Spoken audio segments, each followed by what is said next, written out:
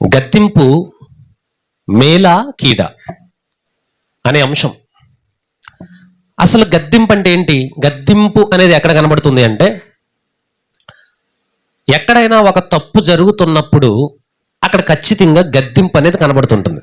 ముఖ్యంగా రోడ్డు మీద వెళుతున్నప్పుడు ఎవరైనా ఒక బైక్ వేసుకుని ఒక్కసారి అలా క్రాస్ చేస్తే ఒక చిన్న ప్రమాదం అక్కడ తప్పితే వెంటనే కళ్ళు కనబట్లేదా, కళ్ళు ఎత్తుకెక్కాయా, ఇంటికాడ చెప్పుచ్చావా అని పెద్దగా ఒక్కసారి గరిసి గద్దిస్తారు. ఎందుకు అంటే అక్కడ ఒక ప్రమాదం జరగబోయింది. అంటే ఆ వాహనం తోలేటప్పుడు, ఆ బండి తోలేనప్పుడు అతను ఒక తప్పు చేశాడు తోలేవాడు. అందుకే మనం ఒక్కసారిగా గద్దింపు మాట వదిలాం. గ్రామాల్లో మీటింగులు జరుగుతూ ఉంటాయి. కొన్ని తప్పుదమ్ములు చేస్తున్నప్పుడు పెద్దలు గద్దిస్తూ ఉంటారు. బుద్ధి లేదా, గడ్డి తింటున్నావా, నువ్వు అలా చెయ్యొచ్చా, నువ్వు ఇలా చెయ్యొచ్చా అని గద్దిస్తూ ఉంటారు. ఎందుకు అలా గద్దిస్తున్నారు అని అంటే అక్కడ ఒక తప్పిదం జరిగింది. అలాగే చాలామంది తాగుతూ ఇష్టానుసారంగా ఉన్నప్పుడు వాళ్ళని కూడా గద్దిస్తూ ఉంటారు. ఒక ఆవిడ, సార్ మా ఆయన రోజు తాగుతున్నాడు, బాగా తాగుతూ వచ్చి కొడుతున్నాడు, మమ్మల్ని కొడుతున్నాడు, మీరు ఎలాగైనా సరే కొంచెం మందలించండి అని ఒక పెద్ద మనిషి చెబితే పెద్ద మనిషి వెళ్ళి ఆ వ్యక్తిని గద్దించడం మొదలుపెట్టాడు. ఎరా బుద్ధి లేదా, ఇంతేనా, ఎప్పుడు నువ్వు ఇంతేనా, ఇలాగే ఉంటావా, భార్య పిల్లలను పట్టించుకోవా అని గద్దిస్తూ అతను తిడుతున్నప్పుడు, ఎన్ని సొమ్మేమన్నా తిన్నాడా మా ఆయన అన్నదంట. ఎవరు గద్దించమన్నారు? భార్యే గద్దించమని అంటే గద్దిస్తున్న టైంలో నీ సొమ్మేమన్నా తిన్నాడా మా ఆయన ఎందుకన్నావు, నువ్వు ఏదో రెండు మాటలు అంటావని పిలిస్తే మా ఆయన ఎందుకు అలా తిడుతున్నావు, ఇలా తిడుతున్నావని మళ్ళీ అలా ఆయన్నే వెనకేసుకొచ్చిందంట. అంటే అర్థం ఏంటి?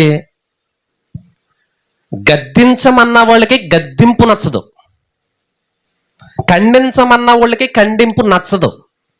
అందుకే చాలామంది గద్దిస్తే ఏమనుకుంటారంటే, కొంతమంది ఉంటారు, ఒరే అలాంటి వాడితో ఎందుకు స్నేహం చేస్తున్నావు నువ్వు, వాడు దుర్మార్గుడు దుష్టుడు కదా అనుకుంటే వాడు ఏమనుకుంటాడంటే, నీకు అవసరమా, నా ఇష్టం నేను చేస్తానంటాడు. గద్దించినప్పుడు వాడికి తెలీదు. కానీ ఏదో ఒక రోజు అవతల వాడు ఫ్రెండ్, అవతల వాడు దోస్తు వెళ్ళిన తర్వాత వాడు ఏదో విషయంలో మోసపోయినప్పుడు అప్పుడు తెలుస్తుంది వాడికి, అయ్యో పలానా వ్యక్తి నన్ను ఖండించాడు, నన్ను గద్దించాడు ఒకప్పుడు, అలాంటి వాడితో తిరగొద్దని, అయినా నేనే చెప్పిన మాట వినకుండా వెళ్ళాను అని అప్పుడు తెలుస్తుంది. అప్పుడు అనిపిస్తుంది ఆ రోజు గద్దించిన గద్దింపు నా మేలు కొరకే అని అప్పుడు అర్థమవుతుంది. చాలామంది ఏం చేస్తారంటే గద్దిస్తున్నప్పుడు, ఖండిస్తున్నప్పుడు, తప్పు జరిగినప్పుడు, గద్దిస్తున్నప్పుడు వాళ్ళు ఏం చేస్తారంటే నెగిటివ్గా తీసుకుంటారు. అంటే నాకు కీడు కోసమే ఇటు చెప్తున్నాడు అనుకుంటారు. కానీ నిజానికి గద్దింపు అనేది మేలా కీడ అంటే అది మేలే, 100% ఏంటి మేలేది. ఒక యజమానుడికి 2 దాసులు ఉన్నారు. ఆ ఇద్దరికి ఎప్పుడు పని చెప్తూ సమానంగా ప్రతి నెల జీతం ఇస్తూ వాళ్ళిద్దరిని చక్కగా చూసుకుంటున్నాడు. అందులో ఒకడు ఒకసారి ఒక చిన్న వస్తువుని ఆ ఇంట్లోనే, యజమానుడి ఇంట్లోనే దొంగతనం చేశాడు. చేస్తే అది రెండో వాడు చూశాడు. చూసి ఓహో అయితే మనం కూడా దొంగతనాలు చేయొచ్చని వీడు కూడా చేయడం మొదలుపెట్టాడు. ఒకరోజు ఈ రెండో వాడు కూడా దొంగతనం చేయడం మొదటోడు చూశాడు. అప్పుడు అన్నాడు వాడు, రేయ్ ఏంట్రా చేస్తున్నావు నువ్వు, అలా దొంగతనం చేయొచ్చా, నడు నిన్ను యజమాని దగ్గర తీసుకెళ్తాను, గురువుగారితో చెప్తాను, నీ పని చెప్తానంటే నడు నేను చెప్తాను నీ పని అన్నాడంట. నువ్వు చేయలేదా, నువ్వు పలానా రోజున పని చేయలేదా, నువ్వు పలానా దొంగతనం చేయలేదా, నేను చూశాను ఆ రోజుని, నడు నీ గురించి కూడా నేను చెప్తానని చెప్పేసి అన్నాడంట. వెంటనే ఈ మొదటోడు వెంటనే కుదేళ్లు పడిపోయి, అవును కదా నేను చాలా పొరపాటు చేశాను, నేను 2 తప్పులు చేశాను. 1 నేను దొంగతనం చేసి తప్పు చేశాను, 2 వీడు దొంగతనం చేయడానికి నేనే కారణమయ్యాను. అవునా? ఎవరిని చూసి నేర్చుకున్నాడు? రెండో వాడు మొదటోని చూసి నేర్చుకున్నాడు. అంటే రెండో వాడు తప్పు చేయడానికి కారణం వాడు మొదటోడు. అంటే నేను 2 తప్పులు చేశాను, అయ్యో ఎంత తప్పు చేశాను, ఇది మా యజమానికి తెలిస్తే మమ్మల్ని ఎంతలా శిక్షిస్తాడు అని పశ్చాత్తాపంతో నేను ఎలాగైనా సరే నా యజమాని దగ్గరికి వెళ్ళి నేను క్షమాపణ అడగాలని చెప్పి ఎప్పుడైతే ఈ రెండో వాడు ఎలాగ అన్నాడో వెంటనే వెళ్ళి ఈ మొదటి వాడు వెళ్ళి యజమాని దగ్గరికి వెళ్ళి, అయ్యా నన్ను క్షమించండి సార్ అన్నాడంట. ఎరా ఏం చేస్తావు, ఎందుకు క్షమించాలి ఏంటంటే, నేను తప్పు చేశాను సార్, నేను పలానా వస్తువు దొంగిలించి తప్పు చేశాను సార్ అంటే, ఆ పశ్చాత్తాపము అది చూసిన ఆ యజమానుడు సర్లే నేను క్షమించాను, లేక ఎప్పుడు అలా చేయకు అని విడిచిపెట్టేశాడు, క్షమించేశాడు. అయితే ఇక రెండో వాడు ఉన్నాడు చూశారు, ఈ రెండో వాడు మాత్రం మానలేదు. ఈడు ఇంకా పెద్ద స్థాయిలో దొంగతనాలు చేయడం మొదలుపెట్టాడు. ఎప్పుడైతే పెద్ద పెద్దవి దొంగతనం చేయడం మొదలుపెట్టాడో అక్కడ కాపలా ఉన్న సెక్యూరిటీ గార్డుకి దొరికేశాడు. ఒకసారి దొరికేస్తే వాడిని తీసుకెళ్లి యజమాని ముందు నిలబెట్టారు. యజమాని అడిగాడు, ఎందుకు చేసేవరా దొంగతనం అని అడిగితే, నేను ఒక్కనే చేశానా, ఆడు చేయలేదా అన్నాడంట. ఎవడో ముందుటోడు. అప్పుడు ఆ యజమానుడంట, ఒరే అదవా, ఆడు చేసినప్పుడు నువ్వు నాకు చెప్పావా, ఆడిని గద్దించావా, నువ్వు గద్దించలేదు, నువ్వు నాకు ఫిర్యాదు చేయలేదు, కానీ వాడి మీద నువ్వు సాకులు చెప్తున్నావు. వాడు చేసిన తప్పుకి ఎప్పుడో వచ్చి క్షమాపణ అడిగాడు, ఎప్పుడో క్షమించేశాను. నువ్వు చేసిన తప్పుని బుకాయిస్తూ నేను తప్పు చేశానంట మానేసేసి గద్దించిన వ్యక్తి మీద తిరగబడ్డావు నువ్వు. అంతేకాదు ఈ రోజు కూడా నువ్వు తిరగబడుతున్నావు. నీలాంటి వాడిని ఊరికి వదలకూడదు. ఎవడో తప్పు చేశాడని చెప్పి నువ్వు తప్పు చేసి దొరికిపోయి దాన్ని బుకాయిస్తున్నావు కనుక నిన్ను చెరసాల్లో వెలుపటి చీకట్లో పడేయాలని చెప్పేసి అని చీకటి చెరసాల్లో పడేశారు. అంటే దీనికి అర్థం ఏంటి? వాడి గద్దింపును తిరస్కరించాడు. ఏమైపోయాడు? శ్రమల పాలైపోయాడు, చీకటి జైలు పాలు అయిపోయాడు. అయితే ఈరోజు కూడా సంఘాల్లో విశ్వాసులు ఎలా ఉన్నారని అంటే, మనం ఆ తప్పు చేయకూడదు, మీరు ఇది చేయకూడదు, మీరు అది చేయకూడదు అంటే, వాళ్ళ చేయట్లేదా, వీళ్ళ చేయట్లేదా, అంత పెద్ద సేవ కూడా చేస్తే తప్పులేంది, మేమెందుకు చేస్తే తప్పేమొచ్చింది అని కప్పు పూసుకుంటున్నారు ఈరోజు చాలామంది. అంటే గద్దింపుకు లోబడలేకపోతున్నారు. గద్దింపు అంటే చాలా ఈజీగా తీసుకుంటున్నారు. గద్దింపు గురించి బైబిల్లో ఏముందో ఒకసారి మనం చూద్దాం. లేవీకాండము 19వ అధ్యాయం 17వ వచనం. నీ హృదయములో నీ సహోదరుని మీద పగబట్టకూడదు, నీ పొరుగువాని పాపము నీ మీద రాకుండునట్లు నీవు తప్పక వాణ్ణి గద్దించవలెను అంటున్నాడు దేవుడు ఇక్కడ. నీ పొరుగువాని పాపము నీ మీదికి రాకుండా, అంటే నీ పొరుగువాడు ఏదైనా తప్పు చేస్తే, నీ పొరుగువాడు ఏదైనా పాపం చేస్తే నీ మీదికి ఎలా వస్తుంది? అది నువ్వు కూడా అందులో ఏకీభవించినప్పుడు, నువ్వు కూడా అదే దారిలో ఉన్నప్పుడు నీకు అదే వర్తిస్తుంది. అది నీకు ఏకీభవించకుండా, నీకు ఆ పాపం నీకు సోకకుండా అంటకుండా ఉండాలంటే నువ్వు చూసినప్పుడే వాడిని ఏం చేయాలి? గద్దించాలి అంటున్నాడు దేవుడు. గద్దించాలి. గద్దిస్తే మంచిదా? సామెతల గ్రంథము గద్దిస్తే ఏమవుద్ది? సామెతల గ్రంథము 27వ అధ్యాయము 5వ వచనాన్ని మనం ఒకసారి చూద్దాం. లోపల ప్రేమించుట కంటే బహిరంగముగా గద్దించుట మేలు. బహిరంగముగా గద్దించుట మేలు, లోపల ప్రేమించుట కంటే.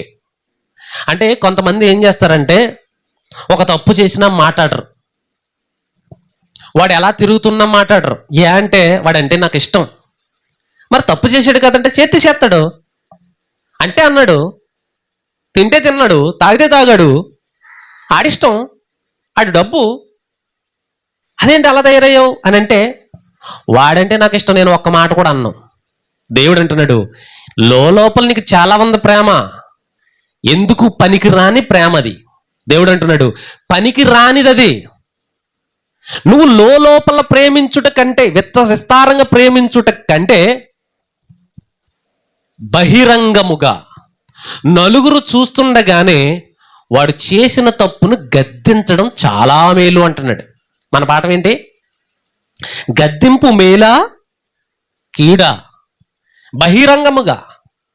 ఇశ్రాయేలీయులను దేవుడు పాత నిబంధన గ్రంథంలో ఎన్నో విషయాలు, ఎన్నో ఆజ్ఞలు ఇచ్చి ఆజ్ఞలు మీరినప్పుడల్లా మీరిన వాడిని రాళ్లతో కొట్టి సావగొట్టాలి మీరు అంటాడు దేవుడు.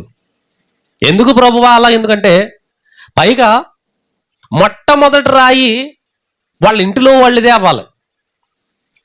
కూతురు తప్పు చేస్తే ఆ కూతురిని ఊరు వెలుపల తీసుకొచ్చి రాళ్లతో కొట్టాలని దేవుడు చెప్పాడు. ఎందుకు ప్రభువా రాళ్లతో ఎందుకు కొట్టాలంటే అది భయంకరమైన శిక్ష. అది దెబ్బలు తగిలి తగిలి తగిలి తగిలి ఇంకా రాళ్ల మధ్య సమాధి అయిపోవడం. ఎందుకు ప్రభువా అలా అంటే అది బహిరంగ జరగాలి. ఎందుకు అని అంటే ఇతర వాళ్ళు ఎవరు చూసినా దాన్ని, ఎవరైతే రాళ్ల తీసుకుని కొడుతున్నారో వాళ్ళకు కూడా బుద్ధి కలుగుటకై. రేపు అన్నారు నేను కూడా ఇలాంటి పొరపాటు చేస్తే నాకు ఇదే శిక్ష కదా అని బుద్ధి కలగడానికి మరలా అలాంటి తప్పు, అలాంటి ఇన్సిడెంట్ మరలా జరగకూడదని దేవుడు ఏమన్నాడంటే బహిరంగంగా శిక్షించండి వాళ్ళని అన్నాడు. ఇక్కడ దేవుడు కూడా అంటున్నాడు, లోపల నీకు ఎంత ప్రేమ ఉన్నా వేస్ట్. వాడు తప్పు చేసి జైలు పాలు, పోలీస్ స్టేషన్ల పాలు, నరకం పాలు అయిపోయి కంటే నువ్వు ఒక్కసారి బహిరంగంగా గద్దిస్తే ఎంత మేలు. వాడు మళ్ళీ చేయుడు కదా, మరలా అటువంటి గతి పట్టదు కదా, వాడి నాశనానికి వెళ్ళడు కదా. నాశనానికి ముందే పాపానికి జీతం ఏంటి? మరణం. పాపం చేసిన తర్వాత మరణం, తప్పు చేసిన తర్వాత శిక్ష. ప్రపంచంలో ఎన్నో చట్టాలు ఉన్నాయి, ప్రతి దేశానికి ఒక్కొక్క చట్టాలు ఉన్నాయి వాళ్ళకి. ప్రతి ఏ దేశంలో అయినా తప్పు చేస్తే శిక్షే. భారతదేశంలో అయితే భయంకరమైన శిక్ష ఏంటంటే ఉరిశిక్ష. అదే అరబ్ కంట్రీల్లో లేదా ముస్లిం కంట్రీల్లో అయితే ఉన్నపానంగా తప్పు చేసిన రోజునే నడి రోడ్డు మీద చేతులు కాళ్ళు కట్టేసి గన్నతో కాల్చేయడం, లేదా నడి రోడ్డు మీద ఉరి తీసేయడం, పేక నరికేయడం ఉన్నపాలంగా. వాయిదాలే ఉండవు వాళ్ళకి. పలానా వచ్చే మార్చి నెలకు వాయిదా, వచ్చే సంవత్సరం ఏప్రిల్ నెలలో ఒక వాయిదా, అలాంటివి ఏముండవు వాళ్ళకి. బయట కంట్రీల్లో ఉన్న పానంగా శిక్ష. తప్పు చేసాడని రుజువైన మరుక్షణమే వాడి శిక్ష ఖరారు. ఎలాంటి శిక్ష అంటే నలుగురిలోనికి తీసుకొచ్చి నడి రోడ్డు మీద ఉరితీస్తారు. మనకంటే ఎక్కడో సీక్రెట్గా తెల్లారగట్ల 5 గంటలకి ఎవరికీ తెలియకుండా ఉరి తీసేస్తారు. ఎవరికి చూడరు, అది సీక్రెట్గా జరిగిపోద్ది. కానీ బయట కంట్రీలో అలా కాదు, బహిరంగముగా తీయాలి. ఎందుకు అనంటే బహిరంగముగా శిక్ష వేస్తే ఇంకొకడు అలాంటి తప్పు చేయటానికి భయపడతాడు. అది వాళ్ళ స్కెచ్. దేవుడు కూడా అదే అంటున్నాడు. ఏమన్నాడు ఇక్కడ? లోపల ప్రేమించుట కంటే బహిరంగముగా గద్దించుట మేలు అంటున్నాడు. గద్దింపు మేలుక కీడు కంటే మేలుకే అని బైబిల్ స్పష్టంగా చెబుతుంది. కానీ ఏదైనా విషయంలో ఎవరినైనా ఒక మాట అంటే నా ఇష్టం అనే పదం చాలా మంది ఉపయోగిస్తారు. నా ఇష్టం నీకేంటని. ఒరే నాయనా, గద్దిస్తున్నప్పుడు గద్దింపుకు లోబడు. ఎవరైనా పెద్దవాళ్ళు చెబుతున్నప్పుడు లోబడు. నువ్వు లోబడకుండా నా ఇష్టం అన్ని ఇష్టానుసారంగా తిరిగితే తర్వాత కష్టపడేది నువ్వే, తర్వాత నాశనం అయిపోయేది నువ్వే. సామెతల గ్రంథము 15వ అధ్యాయంలో మరికొన్ని మాటలు చూద్దాం. సామెతల గ్రంథము 15వ అధ్యాయము, గద్దింపుకు లోబడకపోతే, పెద్దలు చెబుతున్నప్పుడు పెద్దల కంటే ఎక్కువైన దేవుడు కొంతమంది సేవకుల చేత చెప్పించినప్పుడు లోబడకపోతే, నా ఇష్టం మా ఇష్టం మాకు నచ్చినట్టుగా తిరుగుతాం, మా నచ్చినట్టుగా ఉంటామనంటే కింద దేవుడు ఏం రాయించాడో చూద్దాం. 15వ అధ్యాయము 5వ వచనం. 15వ అధ్యాయం 5వ వచనం. మూఢుడు అంటే గద్దింపుకు లోబడిన వాడిని దేవుడు ఏమన్నాడు? ఒక మూఢుడు, మూర్ఖుడురా. ఈరోజు ఎవడైతే లోబడలేదు వాడు మూర్ఖుడు, దుష్టుడు. మూఢుడు, పట్టుకున్న కుందేలకు 3 కాళ్ళు అన్నవాడు మూఢుడు. ఎవడ చెప్పిన మాట ఎవడ చెప్పిన వినడు సీతయ్య అనేవాడు మూర్ఖుడాడు. ఏమన్నాడు ఇక్కడ 15వ అధ్యాయం 5వ వచనంలో? మూఢుడు తన తండ్రి చేయు శిక్షను తిరస్కరించును, గద్దింపునకు లోబడివాడు బుద్ధిమంతుడగును. ఎవడ బుద్ధిమంతుడు? ఎవడైతే గద్దింపుకు లోబడతాడో వాడు బుద్ధిమంతుడు అవుతాడట. తిరస్కరించిన వాడు ఏమైపోతాడు? 10వ వచనం, మార్గము విడిచిన వానికి కఠిన శిక్ష అన్నాడు అక్కడ. కఠిన శిక్ష కలుగును. గద్దింపును ద్వేషించువారు మరణము నొందుతారు. అంటే ఎవరైనా గద్దిస్తున్నప్పుడు అది తప్పు, అది పాపం, అలా చేయకో, అలా బతకో, అలా ఉండకో, అది కరెక్ట్ కాదు అని చెప్తున్నప్పుడు ఎల్లవా చెప్పో, నువ్వు చెప్తే నేను ఎందుకు వినాలి అని ద్వేషించిన వాడు పోరా అంటాడంతే. ఆడు వెళ్ళి ద్వేషించి, గద్దింపును ద్వేషించి వెళ్ళిన వాడు ఎక్కడికి వెళ్తాడంట? మరణం. మరణం. మన కళ్ళ ముందు ఎంతో మందిని చూస్తున్నాం. ద్వేషించిన వారి గద్దింపుకు లోబడిన వాడు ఏమైపోయారు? మరణం. హఠాత్ మరణం, భయంకరమైన మరణం, దారుణమైన మరణం. కేవలం గద్దింపుకు లోకబడకపోవడమే దీనికి కారణం. పెద్దలు చెప్పినప్పుడు వినకపోవడమే దీనికి కారణం. దేవుడు సేవకుల చేత చెప్పించినప్పుడు వినకపోవడమే దీనికి కారణం. మరొక మాట 12వ వచనం, అపహాసకుడు తన్ను గద్దించి వారిని ప్రేమించడు.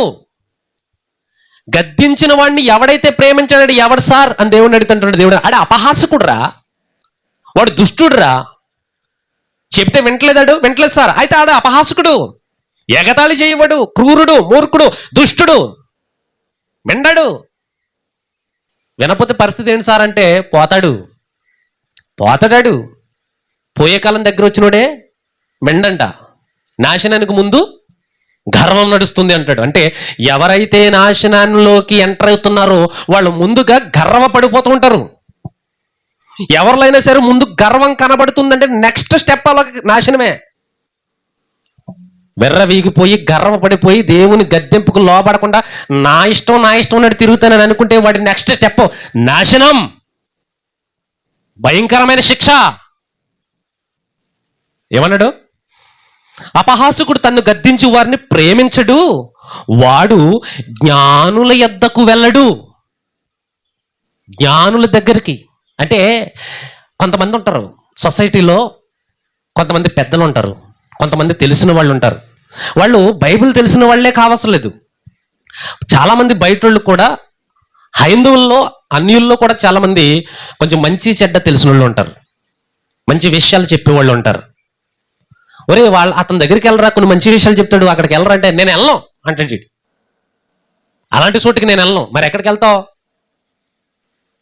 జులాయిగా తిరుగుతారు, రోడ్లంట గాలికి తిరుగుతారే దేశ దిమ్మర్లాగా, అలాంటి వాళ్ళతో తిరుగుతాను. గాలి తిరుగులు తిరిగే వాళ్ళతో తిరుగుతాను, బజార్లంట తిరిగే వాళ్ళతో తిరుగుతాను, పనికి మాలిన వారితో తిరుగుతాను. నేను 4 మంచి విషయాలు చెప్పేవాడి దగ్గర నేను వెళ్ళను. ఎందుకు వెళ్ళవరా? అయ్య బాబా నేను మంచివాడిని అయిపోతాను. మరి ఏమన్నాడు అక్కడ? వాడు జ్ఞానుల యొద్దకు వెళ్ళడు. 24వ వచనంలో, కిందనున్న పాతాళమును తప్పించుకొనవలెనని బుద్ధిమంతుడు పరమునకు పోవు మార్గమును నడుచుకున్నాడు. 32వ వచనం చూడండి ఒకసారి.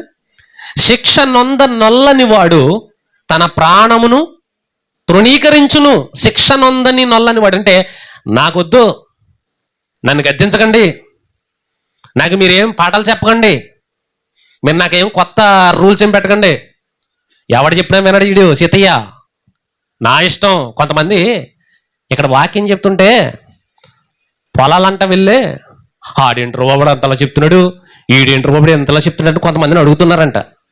అది వాక్యం రా నాయన, దేవుని వాక్యం, అది ఇంటేను లేకపోతే మానే అని చెప్తున్నారు కొంతమంది సహోదరులు.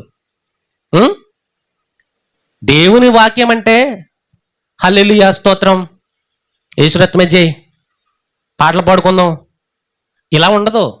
చాలామంది సేవకులు వాక్యం ఎలా చెప్తున్నారంటే టోన్ మార్చేసి, దేవుని బిడ్డలారా మనం ఇప్పుడు పాటలు పాడుకుందాం, ప్రార్థన చేసుకుందాం, ఇలా టోన్ మార్చేసి ఎలా పడితే అలాగా మాట్లాడుతున్నారు. ఎప్పుడో పూర్వనాడు తెలుగు భాషను తీసుకొచ్చి ఈ రోజు మాట్లాడుతున్నారు కాబట్టి పెద్దగా ఎవరికి ఎక్కట్లేదు.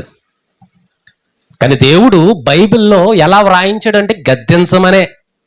66 పుస్తకాల్లో ఆది కాండం నుంచి ప్రకటన గ్రంథం వరకు దేవుడు ఏమని మనకిచ్చాడు ఈ పుస్తకం అంటే, ప్రజలను మీరు సంస్కీకరణ చెయ్యాలి, ప్రజలను గద్దించాలి, నేను వ్రాయించిన మాటలను ఒక్కటి కూడా విడిచిపెట్టకుండా ప్రతి విషయాన్ని, ప్రతి మాటను వివరించాలి వాళ్ళకి అన్నాడు. అందులో గద్దింపు మాత్రమే, హెచ్చరికలు మాత్రమే. దేవుడు భూమి మీదకి మనుషులను పంపించిన తర్వాత వెనకాల వచ్చింది గ్రంథం. వెనకాల ఎందుకు వచ్చింది గ్రంథం? ముందు మనుషులు వచ్చారు, వెనకాల ఏమొచ్చింది? గ్రంథం వచ్చింది. సార్ ఎందుకు పంపించారు సార్ అని ముందు నేను పంపించిన మనుషులు తిన్నగా లేరు. వెనకాల వాళ్ళు ఎలా బ్రతకాలో వాళ్ళకి నేర్పడానికి ఇదిగో వెనకాల నేను గ్రంథం పంపించాను, ఈ గ్రంథం విప్పి వాళ్ళకి నేర్పించండి. ఏమున్నాయి ప్రభువా ఇందులో అంటే అన్ని గద్దింపు మాటలే, సరిచేసే మాటలే. పౌలు గారు అంటారు, వాక్యము చెప్పు, వాక్యం ప్రకటించు, సమయమందును అసమయమందును ఖండించుము, గద్దించుము, బుద్ధి చెంపుము అని ఆయన మాట్లాడుతున్నాడు. పాత నిబంధనలో కానీ క్రొత్త నిబంధనలో కానీ 66 పుస్తకాల్లో ఏం పెట్టారు మీరు అని అంటే, నేను పంపించిన నేను పుట్టించిన మానవులను సరిచేయగల మాటలను నేను ఉంచి ఉన్నాను. అవి వివరించేటప్పుడు సరవుతారు. ఇప్పుడు ఒక మంచం ఉంది, అది రిపేర్ అయింది, ఇరిగిపోయిందని బాగు చేయాలంటే నేను ఏం చేయాలి? ఏం చేయాలి? ఎక్కడైతే విరిగిపోయిందో అక్కడ రంపంతో కట్ చేసి దానికి ముక్క జాయింట్ చేయాలి. కట్ చేయాలంటే దేన్ని కట్ చేయాలి? ఆ ఇరిగిపోయిన దాన్నే కట్ చేయాలి. ఒక ఇనప పనిముట్టు ఏదైనా ఉంటే అది సొట్టడిపోతే దాన్ని సొట్ట తీయాలంటే ఏం చేయాలి? సుత్తిని వాడాలి. సుత్తిని వాడి దేన్ని వాడతాడు? సొట్ట పడిన దాన్ని వాడతాడా, లేకపోతే పక్కన కొడతాడు సుత్తించుకుని? మనం నిత్యావసరం వాడుతున్న వస్తువులు దేన్నైనా సరే చూడండి, దాన్ని తయారు చేసినప్పుడు దాన్ని కొడతారు, దాన్ని ఎలా పడితే అలా కోస్తారు, కింద పడేస్తారు, తొక్కుతారు, నలగొడతారు. ఇన్ని రకాలుగా చేస్తే ఒక వస్తువు తయారవదు.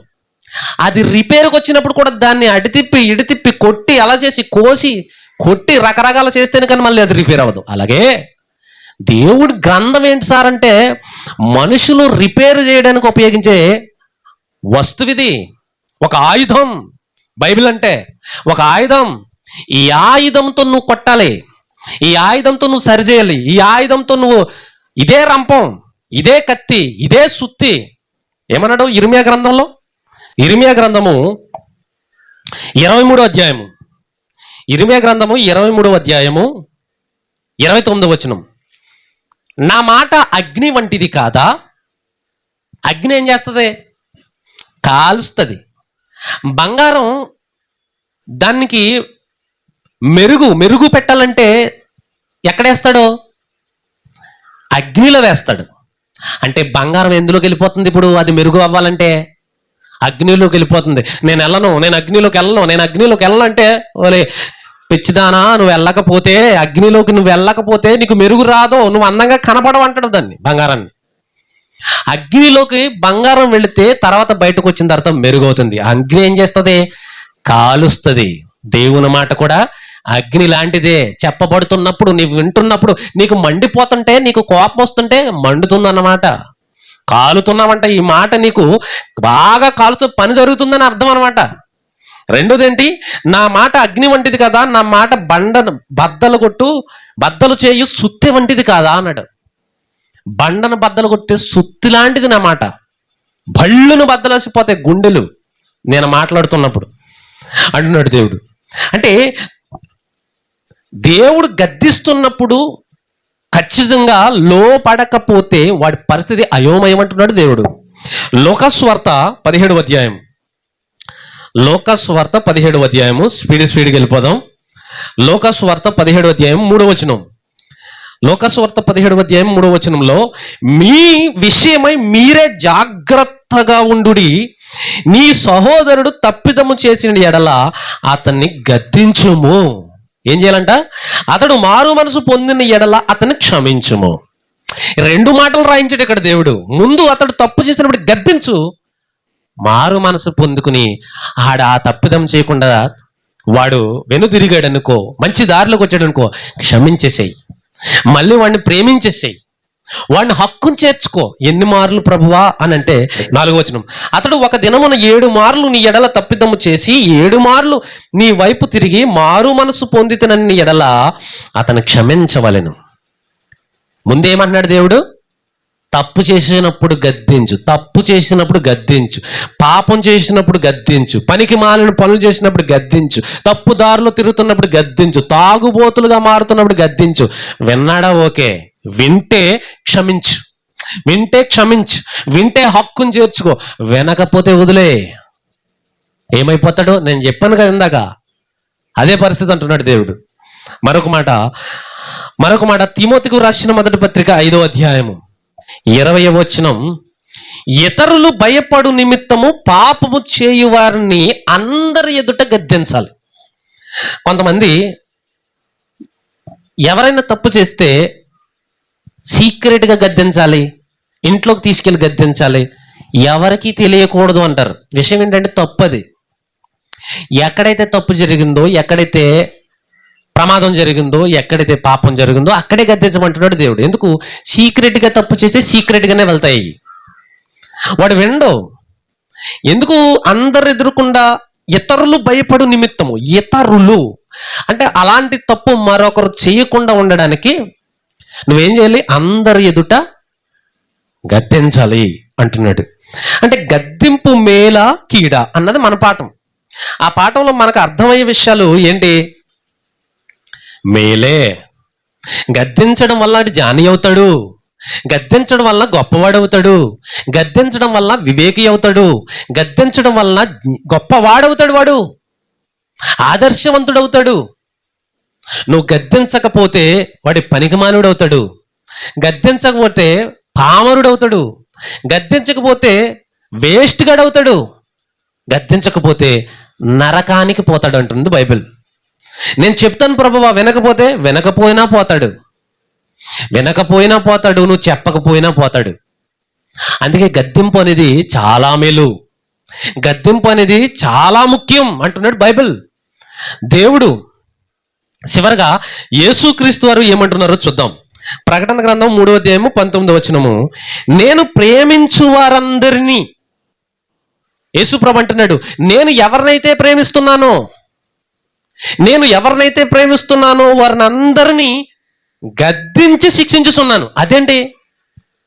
ప్రేమించే వారిని ఎవరైనా గద్దిస్తారా?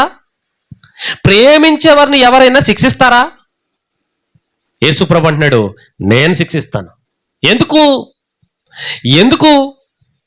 గనుక నీవు ఆసక్తి కలిగి మారు మనసు పొందుము.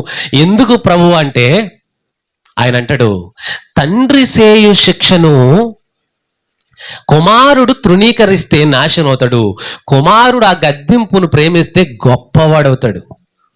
అంటే శిక్షలో ఏముందంటే గొప్పతనం ఉంది, గద్దింపులో ఏముందంటే మేలుంది. అందుకే నేను మొదట సామెతల గ్రంథంలోనే ఒక మాట ఉంటుంది. ఏంటి? ఏముంటది? మేలు కోరి స్నేహితుడు గాయములు చేస్తాడంట. మేలు కోరే స్నేహితుడు ఏం చేస్తాడు? ఒరే, నా మంచి కోరేవాడివైతే నాకు 10,000, నా మేలు కోరేవాడివైతే ఇదిగో నాకు పలానా అవసరం ఉంది నాకు అని అడుగుతాం. కానీ నిజమైన మేలు కోరే స్నేహితుడు ఏం చేస్తాడంట? గాయములు చేస్తాడంట. ఎందుకురా నన్ను కొట్టావు అని అంటే, ఒరే, నేను నిన్ను కొట్టకపోతే, నువ్వు చేసిన పనికి నేను నిన్ను కొట్టకపోతే మొత్తం ఊరూరొచ్చి కొడుతుంది నిన్ను. అప్పుడేమైపోతావు నువ్వు? నేను నిన్ను ప్రేమిస్తున్నాను కాబట్టి మొదటి దెబ్బ నేను వేసాను. ఒరే, నిన్ను ఆపకపోతే, నేను పలానా చోటకి ఆపకపోతే, నువ్వు కాదు కూడదని నేను వెళ్ళిపోతానంటున్నావు. నువ్వు వెళ్ళిపోయావనుకో ప్రమాదంలో పడతావు, ప్రమాదంలో చిక్కుకుంటావు. నేను ఆపకపోతే నువ్వు నాశనం అయిపోతావు. నేను నీ మేలు కోరేవాడిని గనుక కొన్ని సందర్భాల్లో నీకు బాధ కలిగిస్తున్నానా? నీ మేలు కోసమేరా. నిన్ను ప్రేమిస్తున్నాను కనుక నీ విషయంలో కొన్ని విషయాల్లో నిన్ను బాధగా పెడుతున్నాను. పగవాడితే ఏం చేస్తాడు? లెక్కలేని ముద్దులు పెట్టుకుంటాడు అంటాడు. ముద్దులు అంటే పొగడతలో. వీడేం చేస్తున్నా సరే, ఒకడు తాగి తాగి తాగి నాశనం అయిపోతున్నాడు అనుకో, పగవాడికి ఎలా ఉంటుందంటే వీడు అలాగే నాశనం అయిపోవాలని కోరుకుని వాడు ఏమంటాడంటే, ఒరే నువ్వు సూపర్ రా, నువ్వు టోపర్ రా, ఫుల్ బాటిల్ ఎత్తితే దింపర్రా, నువ్వు నీకన్నా గొప్పడు ఎవడు లేడురా, ఎవరికన్నా సాయం చేయాలంటే నువ్వేరా, నువ్వు తోపురా, అలాగేలాగంటూ ఉంటాడు. వీడు ఇంకా రెచ్చిపోయాం, నడరా వెళ్ళొచ్చేద్దాం అంటాడు వీడు. వాడు అలాంటి ముద్దులు పెట్టి పెట్టి పెట్టి వీడిని ఎక్కడ తీసుకెళ్తున్నాడు? నాశనానికి తీసుకెళ్తున్నాడు. పగవాడు లెక్కలేని ముద్దులు పెట్టును. మేలు కోరే స్నేహితుడు గాయములు చేస్తాడు. ఇక్కడ యేసు ప్రభు ఏమంటున్నాడు? నేను ప్రేమించు వారందరినీ గద్దించి శిక్షించుచున్నాను అంటున్నాడు. ప్రేమించు వారిని అందరినీ గద్దించి శిక్షించుచున్నాను అంటున్నాడు యేసు ప్రభు. అంటే ఎలా శిక్షిస్తున్న ప్రభువా అని అంటే, నువ్వు ఎవరిని ప్రేమిస్తున్నావు, ఎలా శిక్షిస్తున్నావు ఎలా గద్దిస్తున్నావు అని యేసు ప్రభుని మనం అడిగితే యోహాను సువార్త 3వ అధ్యాయము 16వ వచనం, దేవుడు లోకమును ఎంతో ప్రేమించెను. ఎవరిని ప్రేమిస్తున్నాడంటే దేవుడు లోకాన్ని ప్రేమిస్తున్నాడు. లోకము అంటే దేశం అంటే మట్టి కాదోయ్, దేశం అంటే మనుషులోయ్ అన్నాడు గుజరాత్ అప్పారావు గారు. అంటే లోకం అంటే మనుషులు. నేను లోకాన్ని ప్రేమిస్తున్నాను అంటే మనుషులను నేను ప్రేమిస్తున్నాను అన్నాడు యేసు ప్రభు. అందుకే నేను వారిని గద్దిస్తున్నాను అన్నాడు. ఎలా గద్దిస్తున్నావు అని అంటే, ఈరోజు సందుల్లో, వీధుల్లో, మూలల్లో, ప్రతి దేశంలో, ప్రతి అడుగులో నా సేవకులను పెట్టి సేవకుల ద్వారా, వాక్యము ద్వారా నేను ప్రతి మనిషిని గద్దిస్తున్నాను అంటున్నాడు దేవుడు. యేసు ప్రభు అంటున్నాడు, ప్రతి మనిషిని గద్దిస్తున్నాను నేను అంటున్నాడు. ఎందుకు ప్రభు అంటే, నేను వారిని ప్రేమిస్తున్నాను కనుక. నేను వారిని ప్రేమిస్తున్నాను కనుక ప్రతి మూలకి నా సేవకులు పంపిస్తున్నాను. నా వాక్యాన్ని ప్రతి మూలకి, ప్రతి అంగుళానికి నా వాక్యాన్ని పంపిస్తున్నాను. నేను వాళ్ళని ప్రేమించాను అంటున్నాడు. ఈ విషయం తెలియక కొంతమంది మతోన్మాదులు, భారతదేశంలో క్రైస్తవ్యం వచ్చేసింది, విస్తరించిపోతుందని చాలా మంది మతోన్మాదులు ఏం చేస్తున్నారంటే, క్రీస్తు మంచోడు కాదు, క్రీస్తు అది, క్రీస్తు ఇది, క్రీస్తు ప్రేమ లేనివాడు, నరహంతకుడు, దుష్టుడు, తాగుబోతు, దుర్మార్గుడు అని యేసు ప్రభువారిని స్వీకరించిన క్రైస్తవ్యాన్ని అనేక మంది దూషిస్తున్నారు. వాళ్ళకి తెలియని విషయం ఏంటంటే, ఈ లోకంలో బాప్తిజం తీసుకున్న వాళ్ళు మాత్రమే క్రైస్తవులు అని అనుకుంటున్నారు వాళ్ళు. విషయానికి ప్రపంచమంతా క్రైస్తవులే, ప్రపంచమంతా క్రీస్తుని నమ్ముకున్న వారే. అది హైందవులు కూడా క్రైస్తవులన్నా? క్రైస్తవులే వాళ్ళు. ఎలాగంటే క్రీస్తుని నమ్ముకుంటే క్రీస్తు దేవుడు, ఈ దేవుడు చేసిన పనులకి వాళ్ళ దేవుడు చేసిన పనులను మనం ఒకసారి చూస్తే ఎవరు అసలైన దేవుడో, ఎవరు శక్తిమంతుడైన దేవుడో, ఎవరు అన్యులో, ఎవరు క్రైస్తవులు అన్నది తెలుస్తుంది. భారతదేశంలో భయంకరమైన మూఢత్వాలు ఉండే. మేము భారతదేశంలో ఉన్న హిందువులము, భారతదేశంలో ఉన్న మేము పలానా మతస్థులము అని అంటే, క్రైస్తవ మతం అంటరాని మతం, క్రైస్తవ మతం అది ఈ మధ్య వచ్చిన మతము అని అనుకుంటే, అసలు ఈ రోజున నువ్వు కూడా క్రైస్తవుడివే. ఇలా అంటున్న వారెవరో వీళ్ళు కూడా క్రైస్తవులే. సర్టిఫికెట్లు చూపించండి అంటారు కొంతమంది. ఒరే నాయన, నువ్వు కూడా క్రైస్తవుడివే. నేనెలా క్రైస్తవుణ్ణి అని అంటే, నువ్వు చదువుకుంటున్నావా? చదువుకుంటున్నాను. అయితే నువ్వు క్రైస్తవుడివే. అది ఎలాగా అంటే, హిందూ మత ప్రకారంగా చదువులు చదవకూడదు అంటారని వాళ్ళు. ఇది దేవుడు చెబుతున్న విషయం. హిందూ మత ప్రకారంగా అంటరాని వాళ్ళు, శూద్రులు చదవకూడదు వాళ్ళు. మరి వాళ్ళను చదువుకుంటున్నావంటే ఈ చదువు ఎవరిచ్చారో తెలుసా నీకు? క్రీస్తే. క్రీస్తుకు మాదిరిగా బతికిన మిషనరీలే, దేవుని సేవకులే. తర్వాత ఈరోజు ప్యాంటు షర్ట్ వేసుకుంటున్నావా? నువ్వు ప్యాంటు షర్ట్ వేసుకుంటామంటే ఐందవ ప్రకారంగా ప్యాంటు షర్ట్ వేసుకోకూడదు, గోసి ధరించుకోవాలి. నేను పక్కా హిందూని, పక్కాగా నేను సనాతన ధర్మానికి చెందినవాడిని అంటే నువ్వు గోసి ధరించాలి. నీ హిందూ ప్రకారం నీ దేవుళ్ళు ఇచ్చింది నీకు గోసి, ప్యాంటు షర్ట్ ఇచ్చింది యేసుక్రీస్తు. గోసి పెట్టుకున్న వాళ్ళు తీసేసి ప్యాంటు షర్ట్ వేసుకోరా అన్నాడు యేసు ప్రభు. చరిత్ర తెలియాలి మనకి. చరిత్ర తెలియకపోతే అసలు మనం ఈరోజు ఇలాగా ఆధునిక ప్రపంచంలో ఇంత డెవలప్డ్గా మనం ఎలా ఉన్నాం, ఇంత గొప్పగా మనం ఎలా ఉన్నాం. ఈరోజు బిల్డింగులు కట్టుకుంటాం, 10 మందిలో తిరుగుతున్నాం. అసలు వాళ్ళ దేవుళ్ళు పబ్లిక్గా తిరగనివ్వలేదు. వాళ్ళ దేవుళ్ళు పబ్లిక్గా తిరగడానికి వీల్లేదన్నారు. యేసు ప్రభు అన్నాడు, పబ్లిక్గా తిరుగు, నేనున్నాను నీకు ఎందుకు అన్నాడు. అర్థమవుతుంది మీకు? ఈ రోజు పబ్లిక్గా తిరుగుతున్నామంటే క్రీస్తు మనుషులం అయ్యాం కాబట్టి పబ్లిక్గా తిరుగుతున్నాం. వాళ్ళ దేవుళ్ళు మూతికి మొంత, ముడ్డికి సీపురిచ్చారు. మన దేవుడు అవన్నీ తీసి పడేసి ప్యాంటు షర్ట్ తొడిగడియాల. వాళ్ళ దేవుళ్ళు ఆడవాళ్ళు జాకెట్లు వేసుకోవడం కుదరదన్నారు. మన దేవుడు అందరూ సమానమే. ఈ నాగరికంలో, ఈ ఆధునిక ప్రపంచంలో నేను చెప్పినట్టుగా వినాలన్నాడు దేవుడు. యేసు ప్రభు ఏదైతే చెప్పాడో అదే జరుగుతుంది ఈరోజు. లేదు నేను అందులోనే ఉంటానంటే అయితే ఇవన్నీ తీసే ఐందవ గ్రంథాలు, ఐందవ సాంప్రదాయాల ప్రకారంగా, ఇతర మతాల ప్రకారంగా వెళితే అందులో ఆ గ్రంథాల్లో ఏముందో ఒకసారి తొంగి చూడు. ఆ గ్రంథాల్లో ఏముందో చూడు, ఒకసారి చూడు ఏముందో. ఒకవేళ తెలియకపోతే నా దగ్గరికి రా, నేను చూపిస్తాను. నా దగ్గర ఉన్న అనేక గ్రంథాలు. అనేక పుస్తకాలు ఉన్నాయి నా దగ్గర. భారతదేశాన్ని ఈరోజు సంస్కరీకరణ చేసింది ఎవరు అంటే మిషనరీలు, క్రైస్తవులు. వాళ్ళకి ఎవరు చెప్పారంటే క్రీస్తు వాళ్ళకి చెప్పవలసిన విషయాలు చెప్పి, మీరు సర్వలోకానికి వెళ్ళి సర్వ సృష్టికి సువార్త చెప్పండి, నలిగిన వారిని లేపండి అన్నాడు. భయంకరమైన ఆచారాల్లో, భయంకరమైన పద్ధతుల్లో ఉంటే మిషనరీలు వచ్చి ఈరోజు మనకు చదువు నేర్పరు. ఈరోజు మన పిల్లలు హ్యాపీగా ఇంగ్లీష్ మీడియం నేర్చుకున్నారు. ఎవరు తీసుకొచ్చారు ఇంగ్లీష్ మీడియం? ఎవరు తీసుకొచ్చారు? 33 కోట్ల దేవతలు ఏమైనా ఇంగ్లీష్ మీడియం తీసుకొచ్చాయి అనుకుంటారా? యేసు ప్రభు తీసుకొచ్చాడు భారతదేశానికి. యేసు ప్రభే ప్రపంచానికి దిక్కు. ఆయన తప్ప ఎవరో లేరు ఇంకా. అలాంటి యేసు ప్రభుని ఈరోజు ఆయన అంతగా ప్రేమించి మన పట్ల అంత వాళ్ళని, అన్యులని, క్రైస్తవులని, స్త్రీలని, పురుషులని, చిన్నవారని, పెద్దవారని, ఉన్నవారని, లేనివారని తేడా లేకుండా ప్రతి ఒక్కరికి సమానమైన హక్కులు కల్పించాడు ఈరోజు దేవుడు. సమానమైన హక్కులు. అలాంటి సమానమైన హక్కులు కలిగిన మనం ఈ రోజున మనం పెద్దవాళ్ళం అయిపోయి, ఈ రోజున మనం ఆయన నుంచి వచ్చిన ప్రతీది మనం స్వీకరించి, దేవుడు మనకిచ్చిన ప్రతిదాన్ని మనం పొందుకుని, ఈరోజు యేసు లేడు, ఎవడు లేడు, అదంతా బయట మతం. మరి బయట అయితే కారు కూడా బయటదే, ఎందుకు వాడుతున్నావు? బైక్ కూడా బయటదే, ఎందుకు వాడుతున్నావు? సెల్ ఫోన్ కూడా బయటదే, సెల్ ఫోన్ కూడా క్రైస్తవులు కనిపెట్టిందే. నువ్వు ఇంట్లో తిరుగుతున్న ఫ్యాను, ఇంట్లో వేసుకుంటున్న బల్బు, ఒక్క మాటలో చెప్పుకోవాలంటే ఆపరేషన్ చేసే ముందు మొత్తిస్తారే, ఈ మత్తు మందు కూడా కనిపెట్టింది క్రైస్తవుడే. సమస్త భారతదేశంలో ఒక్కటి కూడా లేదు. అంటే భారతదేశంలో ఉన్న దేవతలు, దేవుళ్ళు ఎవరు కూడా ఈ రోజు మనం వాడుకుంటున్న ఏది కూడా, మనకు ఉపకారం అవుతున్న ఏది కూడా కనిపెట్టలేదు.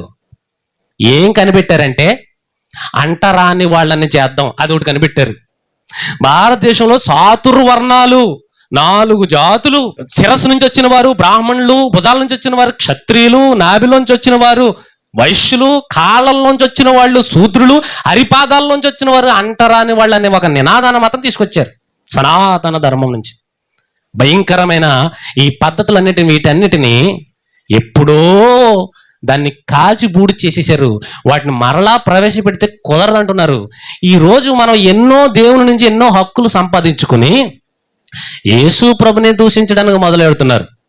దేవుడు గద్దిస్తుంటే వాటిని ఆపడానికి చూస్తున్నారు. దేవుడు సభలు పెడుతుంటే ఆపడానికి చూస్తున్నారు. అయ్యా, ఈ రోజున నువ్వు రోడ్డు మీద జల్సాగా తిరుగుతున్నావంటే అది క్రీస్తు పెట్టిన భిక్ష. ఎవరిని అడిగితే అడుగు.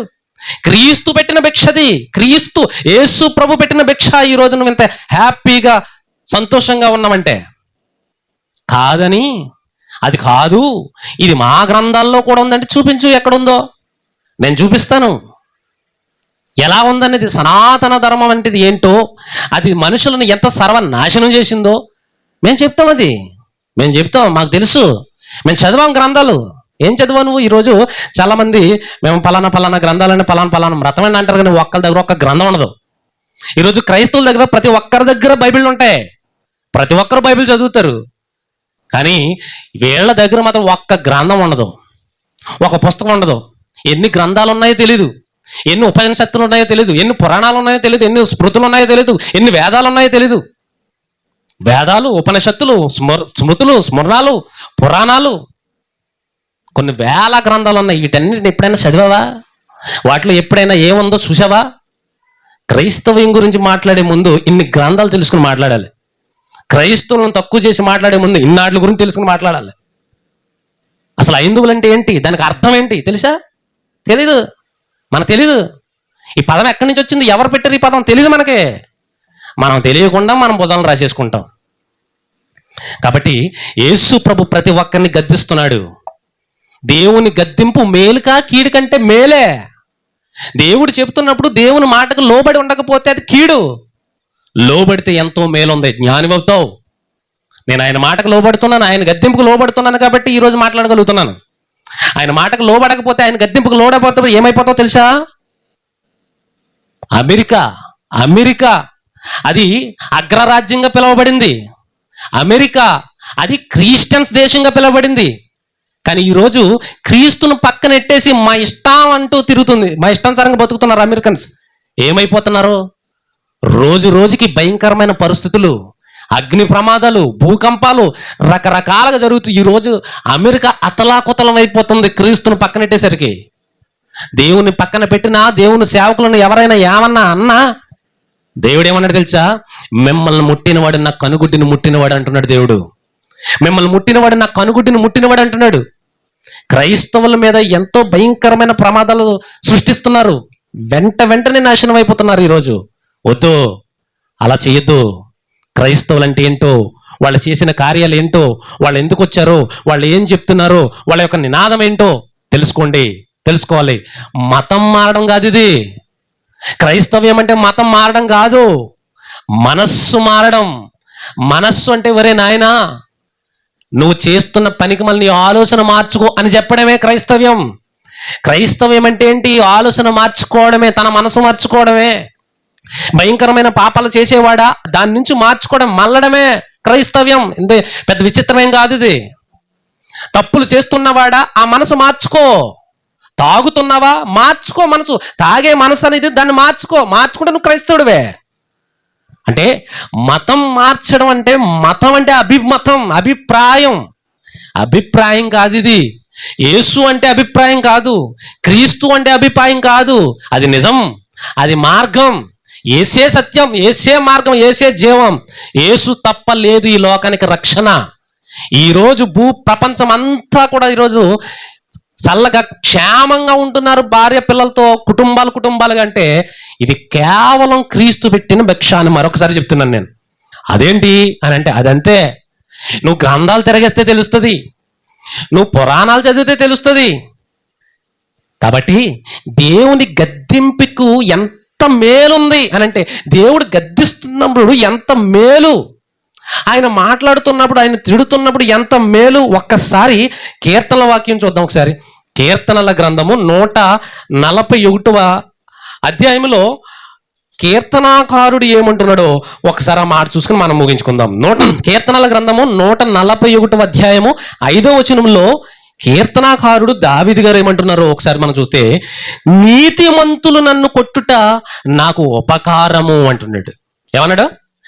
నీతిమంతులు నన్ను కొట్టుట నాకు ఉపకారం, నాకు మంచిది. మంచి వాళ్ళు నన్ను అంటే నాకు మంచిదబ్బా. భూమి మీద నీతిమంతులు ఎవరు? నీతిమంతులు లేడు, ఒక్కడ కూడా లేదు. మరి నీతిమంతుడు ఎవరంటే అది యేసు ప్రభు మాత్రమే. భూమి మీదకి మనిషి రూపిగా సంచరించిన నీతిమంతుడు ఎవరైనా ఉన్నారా భూమి మీద అంటే, మనుష్య రూపంలో, మానవ రూపంలో భూమి మీద సంచరించిన ఏకైక వ్యక్తి, నీతిమంతుడైన ఏకైక వ్యక్తి ప్రభు అయిన యేసుక్రీస్తు ప్రభుల వారు మాత్రమే. అంటున్నాడు, నీతిమంతులు నన్ను కొట్టుట నాకు ఉపకారము, వారు నన్ను గద్దించుట నాకు తైలాభిషేకము. కొన్ని సందర్భాల్లో కొంతమంది మీద పాలాభిషేకం చేస్తూ ఉంటారు. కొన్ని విగ్రహాలకు మనం చూస్తూ ఉంటాం. రాజశేఖర రెడ్డి విగ్రహానికి పాలాభిషేకం అండి, పలానా ఎన్టీఆర్ విగ్రహానికి పాలాభిషేకం అండి, తైలాభిషేకం అండి అంటారు. అంటే అర్థం ఏంటి? ఆయన్ని ఎంతగానో కొనియాడుతున్నారు, ఎంతగానో పూజిస్తున్నారు అనమాట. అభిషేకం వరకు వెళ్ళిందంటే ఆ అభిమానంలో తారస్థాయిలకు వెళ్ళిపోయింది అనమాట.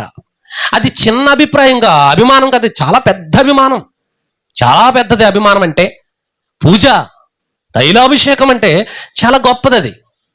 ఇక్కడ కీర్తనాకారుడు ఏమంటున్నాడు?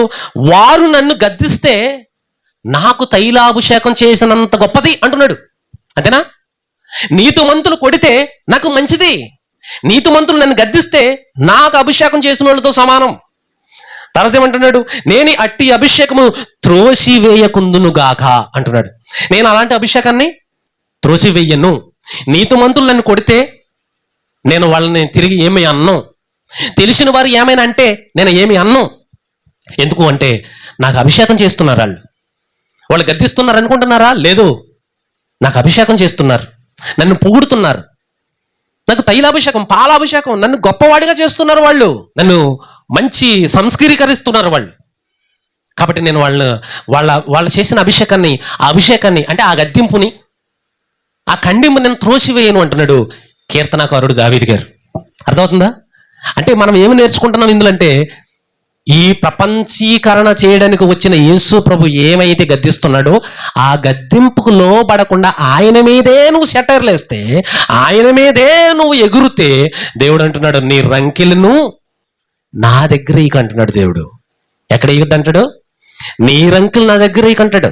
యెషయా గ్రంథంలో నీ మాటలన్నీ వింటున్నాను, నీ రంకెలు నేను చూస్తున్నాను. ఎవరి దగ్గర వేస్తున్నావు రంకెలు? నిన్ను కలిగించిన దేవుని ముందా నీ రంకెలు? వద్దు, అది నీకు ఆరోగ్యకరం కాదు, నీకు మంచిది కాదు, నీకు మేలు కాదు, అది కీడు అంటున్నాడు దేవుడు. మనం ఏం చేయాలి? దేవుడు గద్దించినప్పుడు ఆ గద్దింపుకు లోబడి దేవుడు చెప్పినట్లుగా బ్రతుకుతే అది మేలు. మనకి అది కీడుగా మనం ఊహించుకుని మా మీదకే ఇన్ని కీడు మాటలు మాట్లాడతావా, మాకే ఇంత కీడు ప్రకటిస్తావని కీడుగా నువ్వు నెగిటివ్గా తీసుకుంటే నీకు అది నెగిటివ్ అవుతుంది. నువ్వు ప్రమాదంలో పడతావు, నువ్వు ఇబ్బందుల్లో ఇరుక్కుంటావు, నాశనం అయిపోతావు. ప్రార్థన చేసుకుందాం.